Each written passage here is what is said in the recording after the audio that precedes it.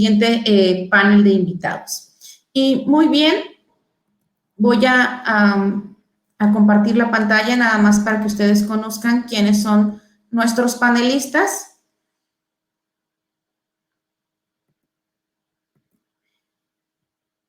Y vamos al panel de ciberseguridad industrial. Este es un panel que trata sobre la relevancia de la ciberseguridad en los ambientes industriales en nuestros días. Y contamos como moderador a José Luis Ponce. José Luis Ponce es egresado del Tecnológico de Monterrey con más de 20 años de experiencia en diferentes ámbitos tecnológicos, especialmente en la práctica de ciberseguridad. Como expertos en los paneles tenemos a David Ramírez, que es SE regional de TrapX Security. David Ramírez tiene más de 20 años de experiencia y práctica en seguridad de la información operativa. Durante su estancia de 13 años en Fortinet, tuvo la oportunidad de crear el equipo de ingeniería de preventa y crecer con la empresa desde startup hasta director de preventa de México. Al día de hoy es Sales Engineer Regional en TrapX, donde promueve el uso de tecnología del engaño como un diferenciador técnico y de negocio para proveer visibilidad y seguridad accionable sobre controles de seguridad. Todo esto como parte de su visión de cambiar la industria de la seguridad informática de México y Latinoamérica. David, bienvenido. Francisco Bolaños. Tiene 25 años de experiencia profesional en la industria de las telecomunicaciones y 20 años de experiencia en Cisco Systems. Se incorporó a la empresa en el año 2000 como parte del equipo de ingeniería de proveedores de servicios en México, dando soporte a importantes cuentas como Nextel International, Telefónica y Alestra. En 2007 se unió al equipo del sector público, enfocándose en las verticales de educación y energía, apoyando al Ministerio de Educación en América Latina. Desde 2016, sus áreas de especialización incluyen Internet de las Cosas, Industria 4.0, transformación digital, diseño de redes, ciberseguridad para sistemas de control industrial, petróleo y gas, energía, manufactura, minería y transporte. Francisco, un enorme currículum que nos quedamos cortos presentándote. Bienvenido. Stephen Falas es un estratega arquitecto de ciberseguridad para FireEye en la región de América Latina. Sus proyectos incluyen análisis, diseño e implementación de arquitectura de seguridad informática y evaluación de seguridad en el sector comercial, financiero y gubernamental. Stephen, muchas gracias por acompañarnos. Les doy a todos la más cordial bienvenida y los dejo aquí con su auditorio. Les agradeceré mucho abrir sus cámaras y los dejo. Bienvenidos, adelante.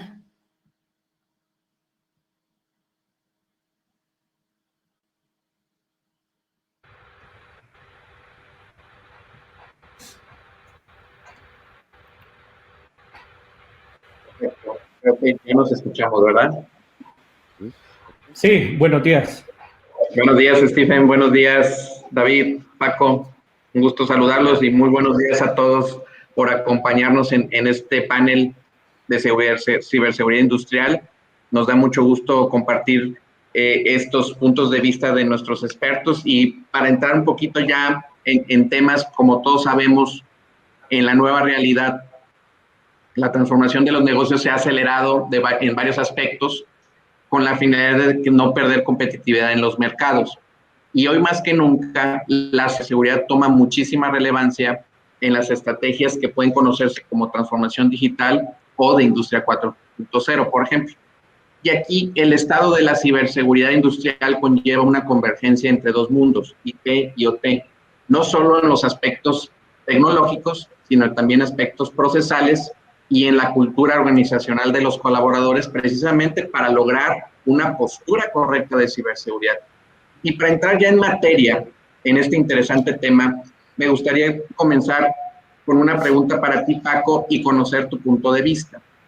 ¿qué tipo de recomendaciones nos pudieras compartir para que las organizaciones del sector industrial, de servicios o de energía, que están por empezar un proceso de transformación o inclusive que ya están ejecutando su proyecto de transformación, qué les recomendarías tú para poder llegar a buenos fines este tipo de proyectos?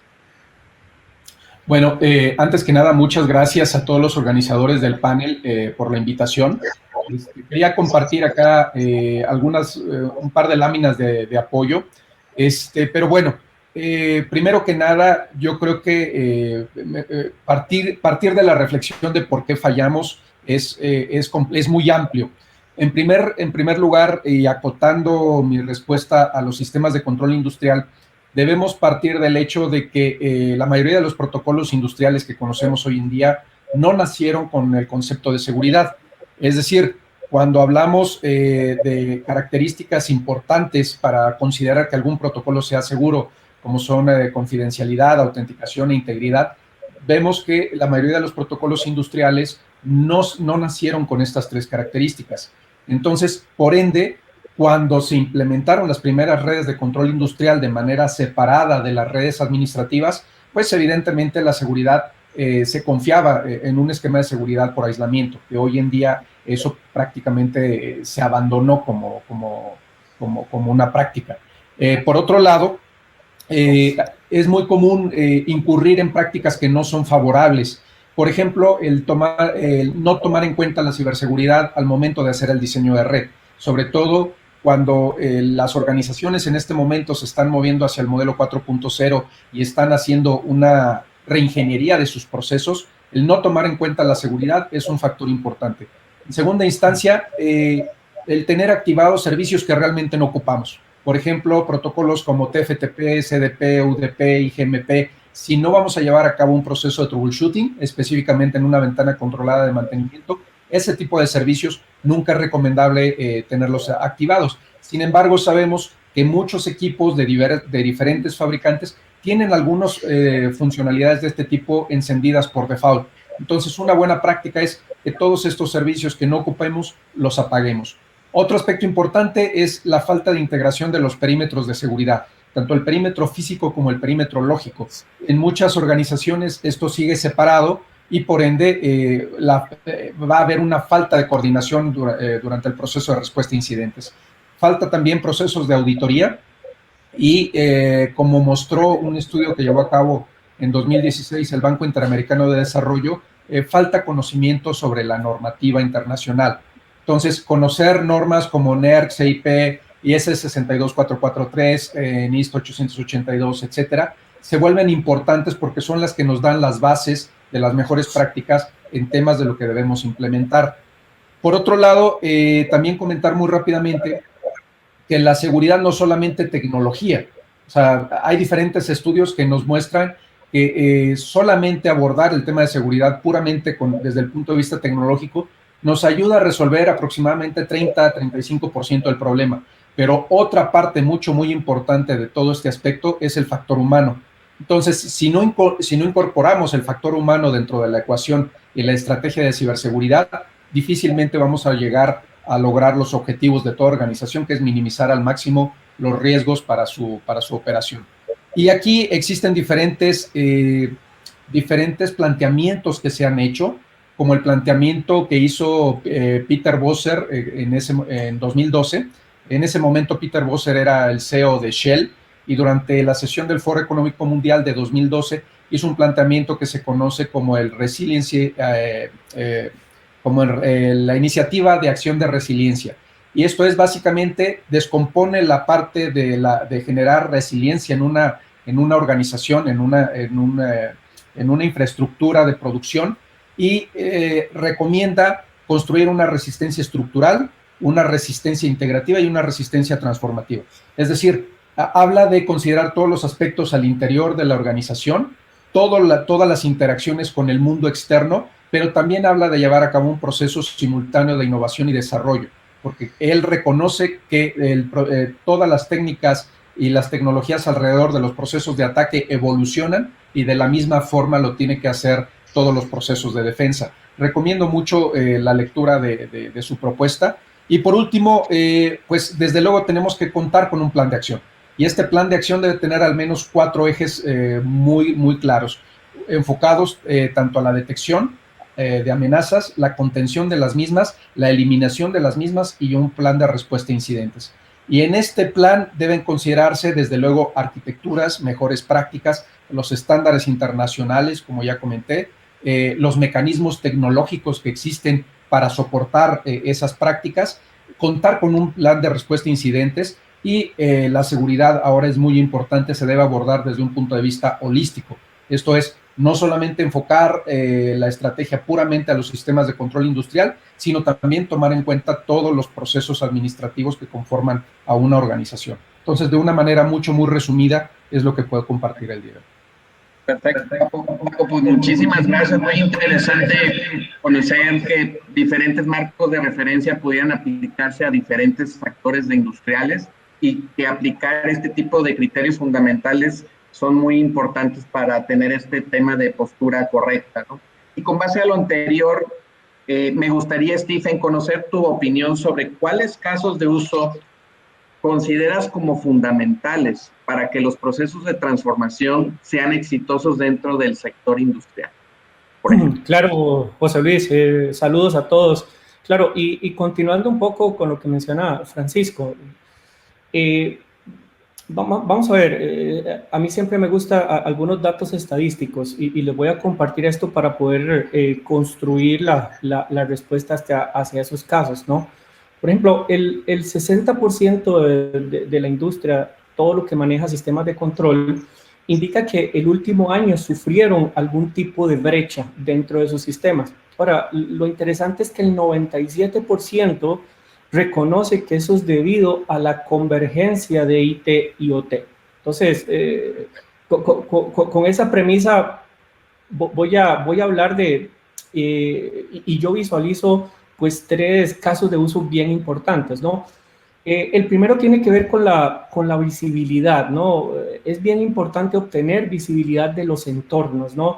Las organizaciones cada vez están aprovechando más los procesos de automatización, ¿no? Para mejorar la eficiencia de cada uno de sus procesos, ¿no? Por ejemplo, desde máquinas de emisión de boletos, por ejemplo, en el área de transporte o por ejemplo, las centrales eléctricas virtuales y entre otros casos, ¿no?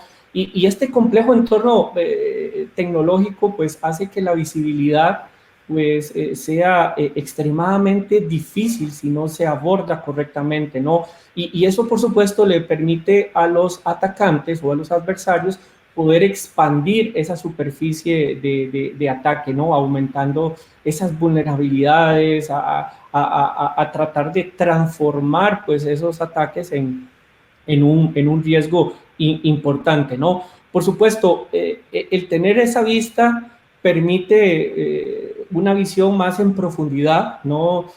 Tener más énfasis hacia las cosas que se están sucediendo.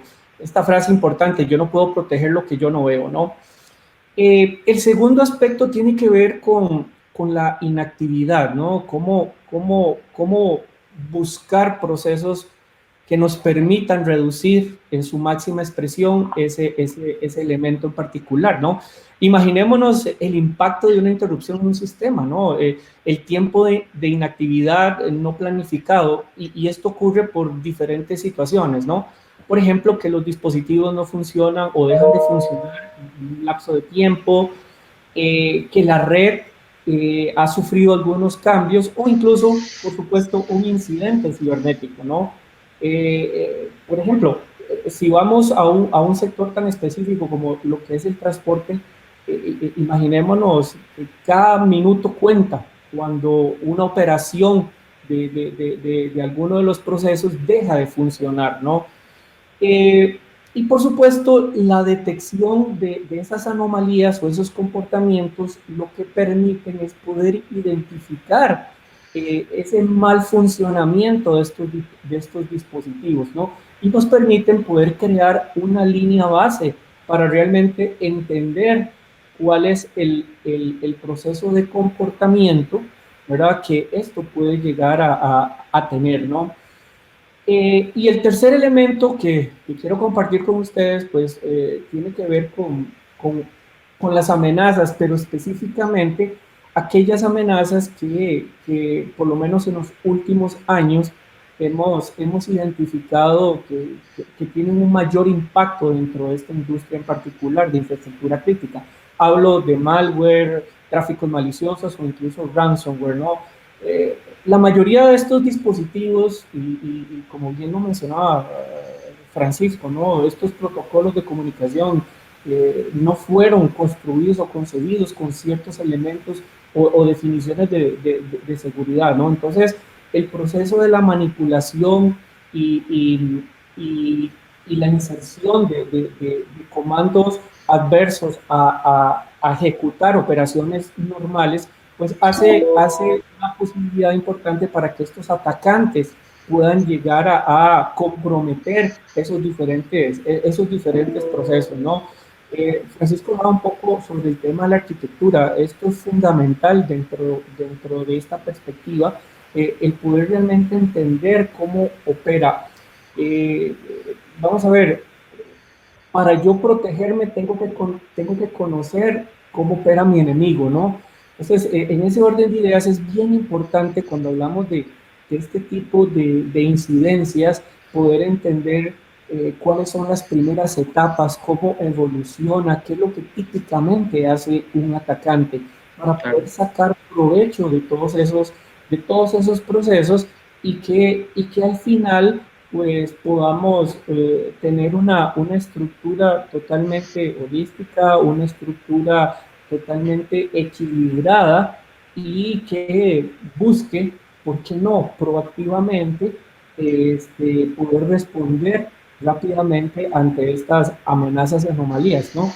Tomando en consideración que por supuesto pues no hay seguridad 100%, lo cual pues genera que tenemos que estar preparados ante estos diferentes procesos. Entonces, resumiendo, esos son los tres casos que diría yo que son de alta prioridad. Por supuesto, aquí podemos eh, insertar procesos adicionales que tienen que ver con todo este proceso. Inclusive Francisco los mencionó, por ejemplo, el tema de respuesta a incidentes, claro, el tema del riesgo, entender ese riesgo con terceros y, por supuesto, pues los temas asociados a normas y regulaciones que dictan pues estas mejores prácticas para poder construir una mejor estructura. Perfecto, perfecto. Pues muchísimas gracias, Stephen, por compartirnos estos conceptos. Y ya que mencionas la detección de anomalías, recientemente se han presentado dos casos particularmente interesantes en materia de incidentes de ciberseguridad en los ambientes industriales. El caso de NameBreak, que afecta a dispositivos de IoT, OT, y el caso particular de Shell. Y aquí, David, ¿nos podrías comentar un poco más al respecto y qué tipo de consideraciones crees que pudieran haber apoyado o minimizar el impacto en estos dichos incidentes? Perfecto, muchísimas gracias, José Luis. También nuevamente gracias a la organización por invitarnos. Gracias, ICUSI. Pues mira, es un tema muy interesante porque fíjate, sin verlo, lo que comentó Francisco, incluso Shell, que es una entidad que habla de resiliencia, que básicamente escribió una recomendación de cómo hacer resiliencia, pues fue víctima de un ataque de cadena de suministro. Desafortunadamente, o sea, al final sí puedes tener los procesos, puedes tener los sistemas, puedes tener la capacitación del personal, puedes tener todo, y está bien, qué bueno que lo tienes, y tan está bien que lo tuvo, que fueron capaces de darse cuenta rápido que una plataforma de compartición de archivos de una compañía que se llama Axelion, la comprometieron ahora sí que un sindicato de ransomware, ya saben, en este caso fue el Club Ransomware, pero justo es eso, ¿no? No importa que además que tú escribiste la recomendación y que tú implementaste la recomendación en tu infraestructura con todo lo que implica, el ataque de cadena de suministro desafortunadamente está a la orden del día. Y bueno, no entramos en muchos detalles, pero recuerden que el papá de todos fue el de SolarWinds. No voy a entrar en ese detalle porque es otro tema, no está tan orientado a la parte de OT. Pero lo importante aquí es que a una empresa como Shell le robaron información. Y desafortunadamente, durante un lapso de tiempo aparentemente corto, pues simplemente le robaron datos. Afortunadamente no pudieron entrar a la red como tal de IT o de OT, sin embargo, no están exentos de eso. Y por otro lado está el tema de NameRec. Esto fíjense que tiene más que ver con un tema, y tomo mucho lo que menciona Paco y lo que menciona también Stephen. Al final son sistemas, sí, pero son sistemas hechos por personas. Es eso, o sea, todos somos humanos. Entonces, ¿qué pasa con NameRec? NameRec es, por cierto, hay que darle conocimiento a quien lo publicó, toda esta información pública. NameRec es una publicación de Forescout, y en la parte del tema de Shell lo pueden buscar en internet, en Google, donde ustedes quieran. Yo lo leí en The Register, pero hay muchísimas notas que toman este aviso de la pérdida de información. Pero particularmente en el caso de NameRec, ustedes saben que todo mundo usamos IP. Y justo lo que mencionaba Francisco y también Stephen es, antes las redes industriales estaban completamente aisladas, ni IP eran. Digo, para los que tenemos suficiente tiempo en esto, sabemos que eran conexiones seriales, ¿se acuerdan? O sea, olvídense de internet, era un puerto serial de punto A a punto B de saque tantos metros. Internet no existía, punto. ¿Qué creen? Nació internet, industria 4.0, todo tiene que estar en línea, pues lo que era inherentemente aislado ahora está expuesto a una red extremadamente hostil, que es internet. Bueno, hasta ahí estamos bien, digo, ya lo platicaron mucho mejor que yo hace unos minutos. El tema interesante es que pues todo mundo sabemos tirar un ping, por ahí dicen, ¿no? En el sentido en el que a nivel red tú sabes que tienes conectividad del punto A al punto B. Y para eso utilizas algo que se le conoce como el stack de TCP/IP, que es lo que nadie ve, pero que es lo que hace que una máquina se pueda conectar con otra a través de Internet. ¿Qué creen? Estos investigadores se dieron cuenta que había código, bueno, no, sí que había, porque ya lo parcharon, de hace 20 años de implementación de TCP/IP. 20 años. ¿Por qué? Pues porque aplicamos una máxima que todo el mundo hemos aplicado y que si estamos en esto de la parte de seguridad y de gobierno de IT sabemos, si no está roto no lo arregles. Sí, está bien, pero ¿qué crees? Esta implementación de TCP/IP, que incluso está en una plataforma más bien que es la base de algunas de las plataformas de OT de Siemens, tiene vulnerabilidades que les permiten desde detener o apagar o hacer que forzosamente se apague una máquina, hasta obtener control remoto de esa máquina. Pensemos que esa máquina no es una máquina, sino es un robot. Pensemos que no es una máquina, sino es un sensor, es una válvula, es un actuador. Bueno, pueden apagarlo, que eso puede ser muy malo, pero incluso pueden tomar el control completo de ella, que puede ser mucho más malo. Pero, ¿a qué me refiero a esto? A que es un tema de condición humana muy sencillo. No está roto, no lo arregles. A nadie se le ocurrió, a lo largo de 20 años, investigar, bueno, ¿y qué también está implementado el stack TCP/IP a nivel seguridad? Porque operativamente funciona, tan funciona que tiene 20 años. O sea, ¿cumple con lo que tiene que hacer? Sí. ¿Cumple con lo que tiene que hacer de forma segura? ¿Qué creen? No. Entonces, aquí entramos en un tema en el que esta carrera no tiene fin. Hoy se llama NameRec. Hoy ayer se llamó Axelion de una vulnerabilidad. Cada día vamos a encontrar nuevas vulnerabilidades, y cada día vamos a encontrar vulnerabilidades más críticas. Algunas muy antiguas, otras nuevas, incluso algunas vulnerabilidades que nadie se le ha ocurrido que existen y se le va a ocurrir a alguien. Entonces, justamente regresamos primero, y no puedo dejar de mencionar porque es extremadamente importante, lo que mencionó Francisco. Sí, la parte tecnológica es importante, definitivamente, no lo es todo.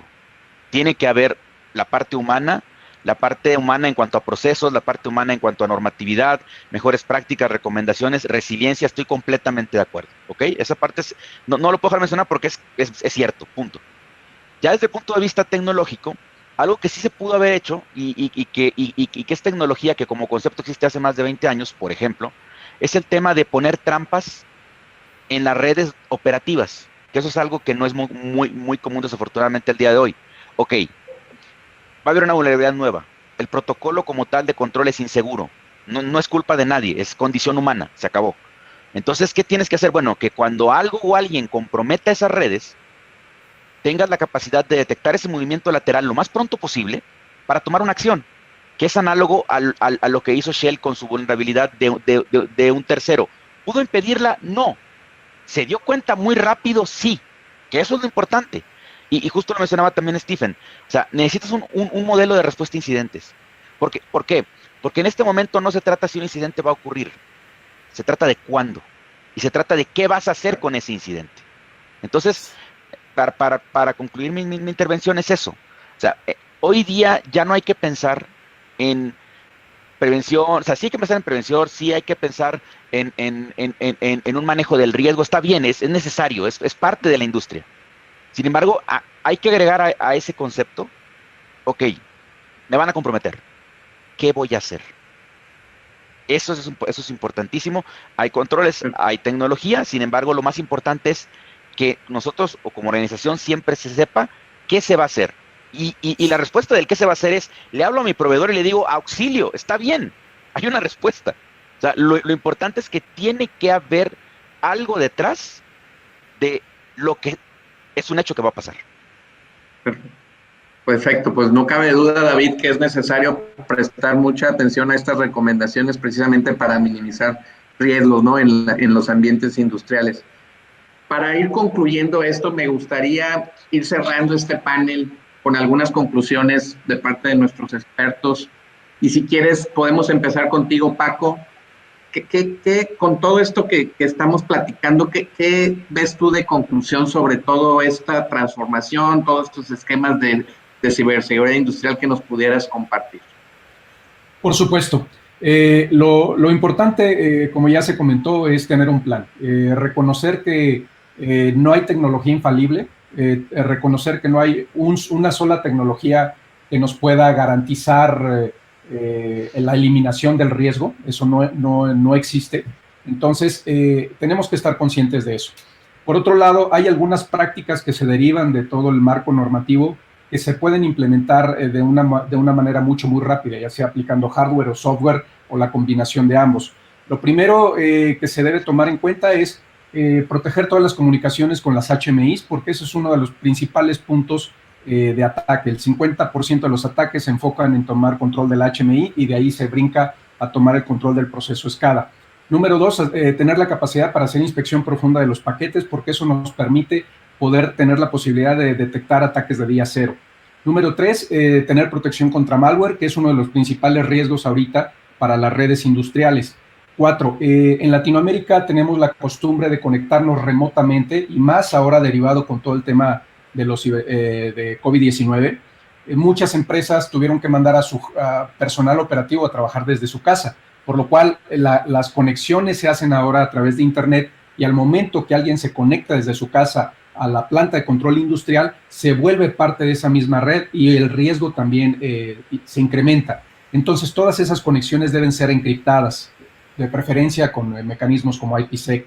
Por otro lado, la seguridad debe tener también visibilidad a nivel de las aplicaciones, tomando en cuenta que muchas HMIs, como ya se comentó también, hoy en día utilizan sistemas operativos muy antiguos, con vulnerabilidades conocidas. Muchos de ellos no están parchados o ni siquiera tienen las licencias originales, lo cual impide el proceso de parchado. Y por otro lado, debemos contar con algún mecanismo que nos permita implementar políticas para el intercambio de información entre sistemas, y eso típicamente lo hacemos a través de firewalls. Y por último, lo que nos dice capítulo 7 de la normativa NERC-CIP, debemos contar con un sistema centralizado que nos permita tener visibilidad de todos los procesos de seguridad para poder identificar cuando tenemos algún problema y poder reaccionar, y todo esto debe estar en una sola pantalla, por lo cual la práctica antigua de tener una matriz de pantallas y gente viendo simultáneamente 3 o 4 pantallas, eso deja de ser práctico, y ahora lo que se recomienda es aprovechar la inteligencia artificial para, a través de softwares especializados en una sola pantalla, tener consolidada la información. Entonces yo creo que implementar estas prácticas nos va a ayudar significativamente a reducir el riesgo, ya sea que lo hagamos con hardware, software, o una combinación de ambos. Perfecto, muchísimas gracias, Paco, yo creo que con estas conclusiones damos a la audiencia bastante idea de qué es lo que necesitan aplicar en sus organizaciones. Pasamos contigo, Stephen, ¿qué nos pudieras compartir como conclusión de todo esto que hemos platicado? Sí, 3 cosas importantes a considerar. Primero, no confundir el cumplimiento con ciberseguridad, eso es bien importante. El evaluar el riesgo es fundamental para poder realmente entender lo que está sucediendo, ¿no? Entender el panorama en evolución que está teniendo las amenazas. El segundo, hay que comprender el riesgo de terceros. O sea, hablo de los subcontratistas, los proveedores, etcétera, ¿no? Que permitan realmente entender cuál es ese riesgo comercial que puede tener estos diferentes socios de negocio. El tercer aspecto es fortalecer la respuesta a incidentes. O sea, recordemos que estamos hablando de infraestructuras críticas, no están exentas a una amenaza. Entonces, estas capacidades de poder monitorear, realmente darle seguimiento a un incidente son importantes. ¿Por qué? Porque eso nos permite poder permanecer más seguros y tratar de minimizar en su máxima expresión que un riesgo se llegue a materializar. Y como conclusión, voy a utilizar la frase de este gran amigo Henry Ford, que dijo alguna vez, ¿no? Si todos avanzan juntos, el éxito se cuida solo. La ciberseguridad, en la ciberseguridad las relaciones sólidas nos ayudan a tener éxito. O sea, la confianza, la cooperación entre los socios, eso puede superar incluso los mayores riesgos que podemos llegar a tener. Muchísimas gracias, Stephen, y coincido contigo en ese punto final que nos compartes, ¿no? La colaboración es fundamental en este nuevo reto que estamos enfrentando. Y finalmente pasamos contigo, David, algo que quisieras añadir al respecto de todo lo que hemos platicado. Yo creo que lo que puedo añadir es una frase que escuché en alguna serie que salió no hace mucho tiempo, que es confía pero verifica. O sea, está bien, claro. Es importante, o sea, hay que tener relaciones, hay que tener todo lo que ya se dijo, no lo voy a volver a decir. Sin embargo, siempre ten controles y siempre ten un control que verifique que el control efectivamente está haciendo lo que es. Y cuando digo control, no nomás son hardware y software, sino también procesos, sino también sistemas, sino también la respuesta a incidencia. Todo al final, todo lo que se dijo está perfecto. Confía que está bien. Sin embargo, verifícalo. Porque acuérdense, en el caso del ransomware, yo sé que no tiene mucho que ver, no tanto tiene que ver, pero es cierto. ¿Cuántas veces el ransomware fue catastrófico? Porque no verificaron que el respaldo efectivamente se estaba haciendo. Porque ese es el problema, ¿no? O sea, es que tengo plataforma de respaldo, no pasa nada. Ay, tiene 6 meses que no sirve. Y se acabó tu política de respaldos. Entonces confía, pero verifica. Eso es con lo que yo cerraría. Perfecto, David. Pues muchísimas gracias a Paco, Stephen, David, por compartirnos estos valiosos puntos de vista en este panel. Y bueno, Ileana, creo que con todo esto que nos comparten los expertos, se damos por terminado este panel. No sé si existe alguna pregunta en el foro. Adelante, no sé, aquí si nos la quieras compartir para... todavía nos quedan unos minutitos, creo, para poderlo platicar entre nosotros. Claro que sí, José Luis. Mira, aquí tenemos 2 preguntas. La primera es, ¿cuál es la fuente del porcentaje que depende de tecnología mencionada por Francisco? Sí, bueno, hay varias, entre ellas el reporte de seguridad de Cisco el 2018-2019. Muy bien. Y nos piden también, Francisco, si nos pudieras dar ejemplos de las consolas únicas que mencionaste. ¿De las consolas, perdón? Sí. Sí, del panel único de visibilidad, ¿te acuerdas que lo mencionaste? Correcto, sí. Cuando hablamos del sistema de gestión, hablamos de plataformas como es un 100 básicamente, y existen varios. En su momento existía Splunk, en su momento también Cisco tiene Stealthwatch, existen varios en el mercado. Lo importante de estos sistemas, más allá de la marca, es la función que hacen, porque eso nos permite no nada más tener una visibilidad de todos los procesos de seguridad, ayudar en el proceso de coordinación y también forman una parte importante también en el proceso de respuesta a incidentes. Entonces, yo creo que lo importante es que tengan las características necesarias para poder hacer todo, la trazabilidad, que ayuden en el proceso de respuesta a incidentes, que nos ayuden en el proceso de gestión de eventos, y eso es lo importante más allá de las marcas. Perfecto, perfecto.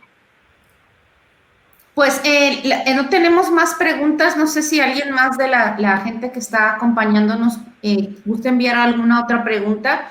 Si no, nosotros de parte aquí del Consejo de Software de Nuevo León, les agradecemos muchísimo que nos estén acompañando, que nos hayan el favor de hacernos llegar este conocimiento. Tenemos solamente una pregunta que dice, ¿dónde se puede obtener el estudio de Cisco 2018-2019? Lo pueden consultar en internet, está disponible públicamente. Perfecto, perfecto. Pues muchísimas gracias, les agradecemos nuevamente a todos que nos hayan acompañado. José Luis, David, Stephen, Francisco, fue un gusto escucharlos. Aprendimos mucho de ustedes. Invitamos a quienes se encuentran acompañándonos aquí con nosotros a que conozcan un poco más de estas empresas. En la Expo tenemos al menos un stand donde pueden ustedes asistir. También hay un espacio de networking. Los invitamos a pasar al espacio de networking. Vamos a tomarnos 5 minutos. En 5 minutos iniciaría el siguiente panel de ciberseguridad para pymes. Agradecemos mucho a todos su asistencia y que tengan excelente día. En 5 minutos comenzaremos con el panel de pymes. Gracias. Con gusto. Buen día. Gracias. Gracias a ustedes. Hasta luego.